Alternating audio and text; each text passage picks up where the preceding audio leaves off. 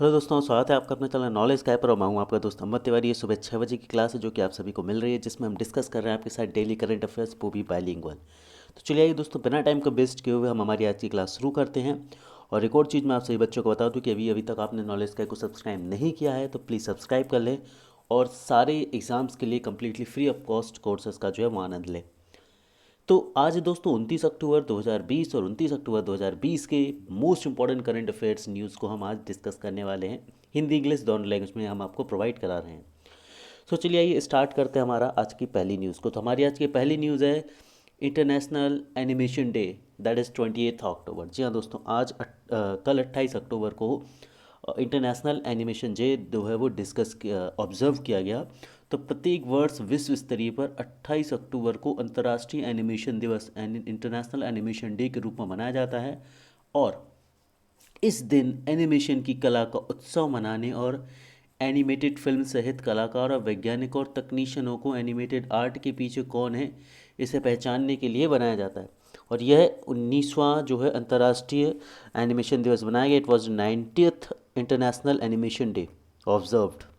बात कर लेते हैं history of international animation day. International animation day के बारे में हम बात करते हैं तो जो इंटरनेशनल एनिमेशन डे की यदि हम बात करें, इसकी हिस्ट्री की लेकर हम बात करें तो ASIFA created international animation day, IAD international animation day in 2002 में इस दिवस को शुरू किया गया था मनाना, है ना। और ये सम्मान दिया गया है किसको? यह सम्मान दिया गया है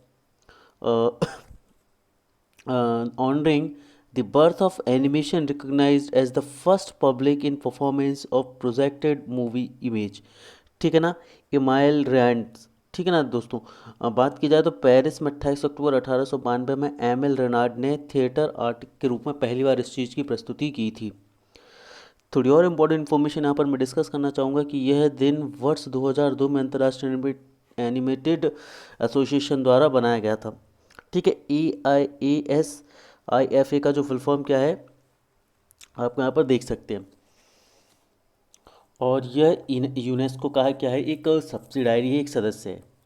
चलिए यहाँ पर हम बात करें तो प्रेसिडेंट जो हैं वो ASIFA के प्रेसिडेंट जो हैं वो सैको इनोसिता हैं और इनके जो फाउंडर हैं वो जॉन हाइलेस हैं।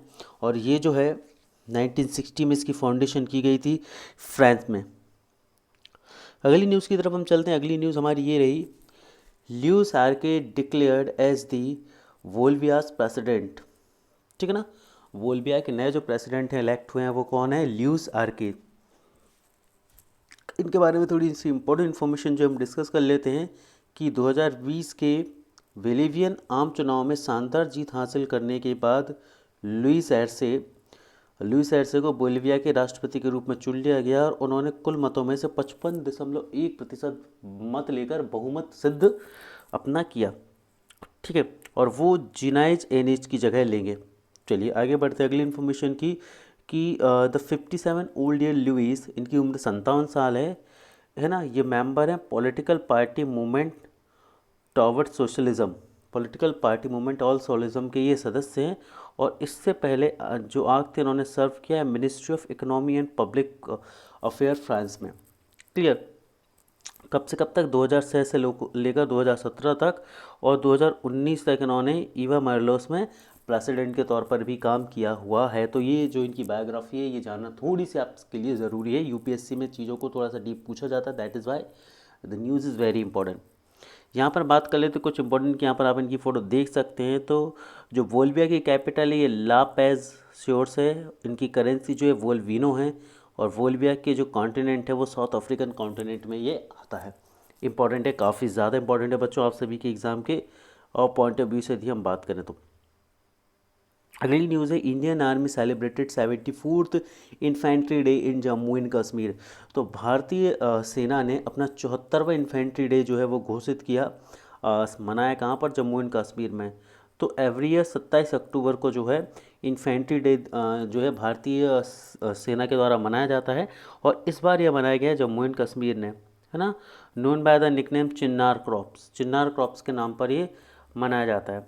ठीक है, और चिन्नार फॉर्म में 1947 में जम्मू और कश्मीर को हथियाने की कोशिश करने वाले पाकिस्तानी आक्रमणकारियों ने लड़ते हुए वीर सैनिकों के सर्वोच्च बलिदान सम्मानित करने के लिए इसे मनाया जाता है। ठीक है, तो ये एक बहुत ही इम्पोर्टेंट मेमोरियल के रूप में याद किया जाता है ये पूरा का पूरा दिन। हिस्ट्री ऑफ इन्फेंट्री डे की यदि हम बात करें तो इन्फेंट्री डे के इतिहास की यदि हम बात करें तो इन्फेंट्री डे सेलिब्रेट किया जाता है रिमेम्बरेंस में, किसके रिमेम्बरेंस में? First military event of independent India, मतलब स्वतंत्र भारत का यह पहला अपने प्रकार का मिलिट्री एक्शन जो था वो लिया गया। तो उसमें जिन लोगों की मृत्यु हुई थी, जो हमारे सैनिक शहीद हुए थे, उनकी याद में, उनके लिए सम्मान के तौर पर इसे मनाया जाता है। ठीक है ना, तो ऐसा मान सकते हैं कि ये हमारे स्वतंत्र भारत के फर्स्ट बैटालियन थे, है ना, जो कि सिख रेजिमेंट इंडियन आर्मी थी, और इन्होंने लड़ाई लड़ी थी और पाकिस्तान का जो अटैक था कश्मीर को हथियाने की कोशिश में, उसको असफल किया था। ठीक है ना, और ये पाकिस्तान आर्मी का अगेंस्ट किया गया था लश्कर इवेदर में, कब? 27 अक्टूबर 1947 को।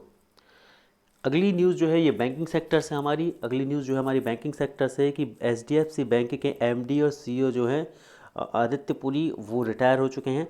इससे ज़्यादा इंपॉर्टेंट इन्फॉर्मेशन इसमें कुछ भी नहीं है कि ये 25 साल से 25 साल से एचडीएफसी बैंक के एमडी और सीईओ रहे थे। क्लियर, काफ़ी बड़ा नाम है ना, और ये 70 वर्षीय हैं। ठीक है, तो एचडीएफसी में काफ़ी अच्छा काम किया, और इनके हम बात करें इनके ऑफिस टाइम में, इनके कार्यकाल में एचडीएफसी बैंक जो है वो काफ़ी ऊंचाइयों पर भी पहुंचा। क्लियर, लगभग 3 ट्रिलियन रुपए की एचडीएफसी बैंक बाजार पूंजीकरण के मामले में उद्योग का नेतृत्व इन्होंने काफ़ी लंबे समय तक किया। तो एचडीएफसी को नई ऊंचाइयों तक पहुंचाने का काफ़ी ज़्यादा श्रेय जो है वह इनको जाता है। वहीं शशिधर जगदीशन को एचडीएफसी बैंक के नए मुख्य कार्यकारी और प्रबंधक निदेशक के रूप में चुना गया है। मतलब जो शशिधरन जगदीशन हैं, अब ये किसे रिप्लेस करेंगे? अब ये रिप्लेस करेंगे आदित्य पुरी को। जी हाँ दोस्तों, आदित्य पुरी को रिप्लेस करेंगे, और ये 27 अक्टूबर से अपना प्रभार संभालेंगे। यहाँ पर आप देख सकते हैं एचडीएफसी बैंक की टैगलाइन के बारे में कि we understand your world. HDFC bank की टैगलाइन जो है वो वी अंडरस्टैंड योर वर्ल्ड, और इसका जो हेड क्वार्टर है, हेड ऑफिस है, ये मुंबई में है, जो कि महाराष्ट्र की राजधानी है।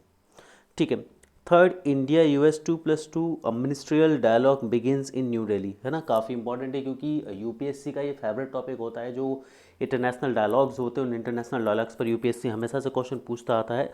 तो उस सीरीज़ में हम बोल सकते हैं कि ये एक इम्पॉर्टेंट क्वेश्चन आपका बनता है कि India is hosting the third Indo US 2+2 ministerial dialogue at Hyderabad house in New Delhi. याद रखना है, बिल्कुल भी कंफ्यूज नहीं होना है जल्दबाजी में पढ़ के कि इंडिया बात करी जाए, इंडिया यूएस जो 2+2 मिनिस्ट्रियल डायलॉग हो रहा है, ये हैदराबाद हाउस न्यू दिल्ली में हो रहा है। तो किस जगह पर हो रहा है? हैदराबाद न्यू दिल्ली में हो रहा है। और जो हमारे यूनियन डिफेंस मिनिस्टर हैं राजनाथ सिंह, और हमारे एक्सटर्नल अफेयर मिनिस्टर जो हैं डॉक्टर जयशंकर, ये जो है भारत को लीड करेंगे इस पूरी की पूरी मीटिंग में। यहाँ पर हम बात करें कि यूनाइटेड स्टेट के सेक्रेटरी माइक पॉम्पे जो हैं और सेक्रेटरी ऑफ डिफेंस जो हैं मार्क एस्पर, यूएस को क्या करेंगे? रिप्रेजेंट करेंगे, लीड करेंगे। And the first 2+2 dialogue was held in New Delhi in September 2018, और जो पहली इस तरह की मीटिंग हुई थी वो 2018 में हुई थी, दूसरी वाशिंगटन डीसी में हुई थी, ये तीसरी जो है वो वापस से दिल्ली में होने वाली है। मतलब ये ऑल्टरनेट चलती है, एक भारत में होगी, एक अमेरिका में होगी, फिर एक भारत में होगी, फिर एक अमेरिका में होगी, एंड सो ऑन। अब यहाँ पर बात करते हैं कि जो तीसरी वार्ता के दौरान है, इसमें कुछ आपसी हितों और द्विपक्षीय मुद्दों पर चर्चा की जाएगी। इसमें भू स्थानिक सहयोग, basic exchange of cooperation agreement for geospatial cooperation के लिए एक बुनियादी विनिमय और सहयोग के समझौते पर भी हस्ताक्षर किए जाएंगे, और दोनों जो देश होंगे वो आपसी समझ के साथ एक दूसरे को इन मुद्दों में सहायता करेंगे और बढ़ावा देने में मदद करेंगे।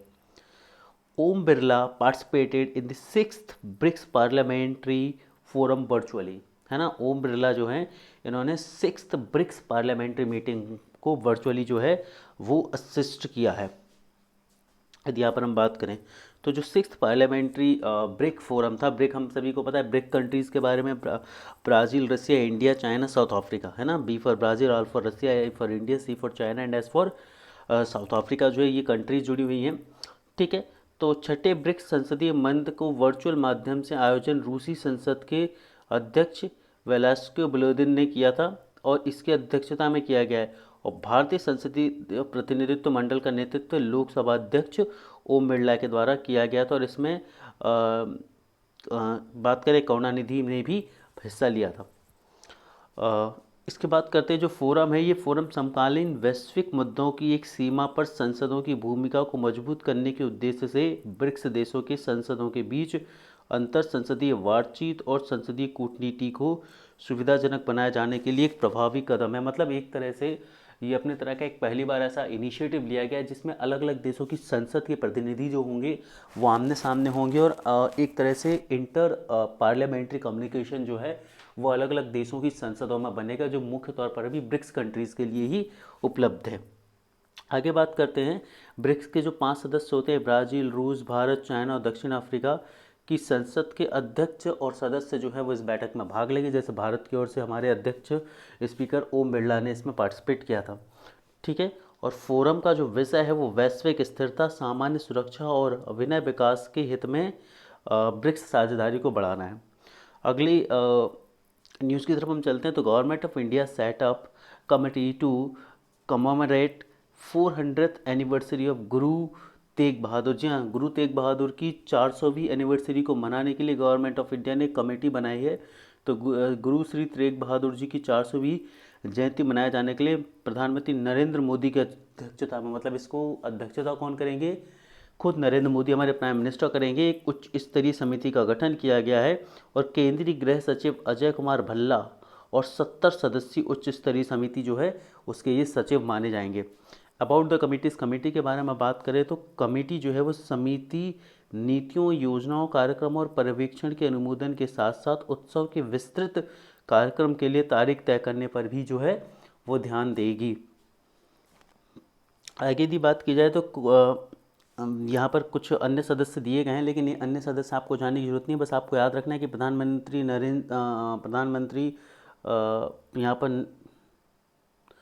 यहाँ नरेंद्र मोदी होंगे, है ना। यहाँ पर ये नाम गलत लिख गया है, प्रधानमंत्री नरेंद्र मोदी होंगे यहाँ पर।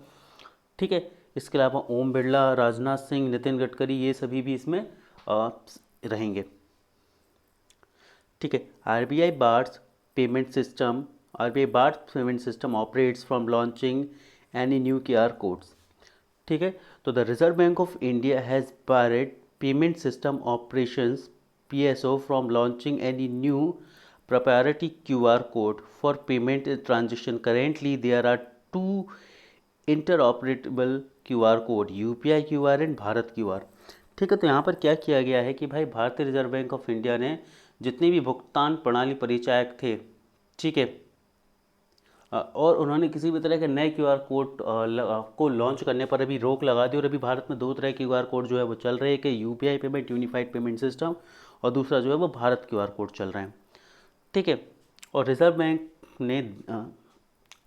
ने दीपक फटाक की अध्यक्षता में जो समिति द्वारा है यह निर्णय लिया गया है कि दीपक फटाक की अध्यक्षता में भारत में कोड की मौजूदा प्रणालियों की समीक्षा के लिए एक समिति गठित की है और समिति को इंटर ऑपरेटेबल QR कोड की ओर रुख करने के उपाय सुझाने को कहा गया है।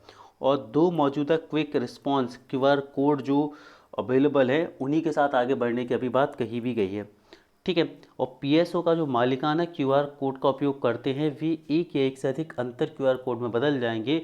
और प्रवास की जो प्रक्रिया है वो 31 मार्च 2022 तक पूरी कर दी गई। इस डेट को सभी बच्चों को याद रखना है। मतलब इस पूरे सिस्टम को कंप्लीट करने के लिए जो डेट रखी गई है वो 31 मार्च 2022 रखी गई है। यदि गवर्नर की हम बात करें, कुछ इंपॉर्टेंट फैक्ट यहाँ पर हम कंसिडर हमेशा करते हैं हर एक न्यूज़ के साथ। तो यहाँ पर गवर्नर ऑफ RBI जो है वो श्रीकांत दास हैं। डिप्टी गवर्नर्स की हम बात करें तो डिप्टी गवर्नर कौन कौन से हैं, चारों नाम आपको याद रखने हैं। आपसे भी पता होना चाहिए 4+1 का सिस्टम है। 4 यहाँ पर डिप्टी गवर्नर होते हैं और 1 गवर्नर होते हैं। इस तरह से 5 गवर्नर होते हैं रिजर्व बैंक ऑफ इंडिया में। तो जो 4 डिप्टी गवर्नर हैं वो हैं VP क्वांगो, MK Jain, MD Patra and Rajeshwar Rao. ये जो 4 हैं ये आपके डेप्टी गवर्नर्स हैं। और हेडक्वार्टर की बात करें तो इनका हेडक्वार्टर जो है वो मुंबई महाराष्ट्र में है। UP government to establish anti human trafficking police station. ठीक है। जो यूपी गवर्नमेंट है वो anti human trafficking police station जो है बना रही है। तो उत्तर प्रदेश गवर्नमेंट ने ये डिसाइड किया हुआ है कि वो इस्टेब्लिश करेगी anti human trafficking police station, जो कि हर एक डिस्ट्रिक्ट में कराया जाएगा।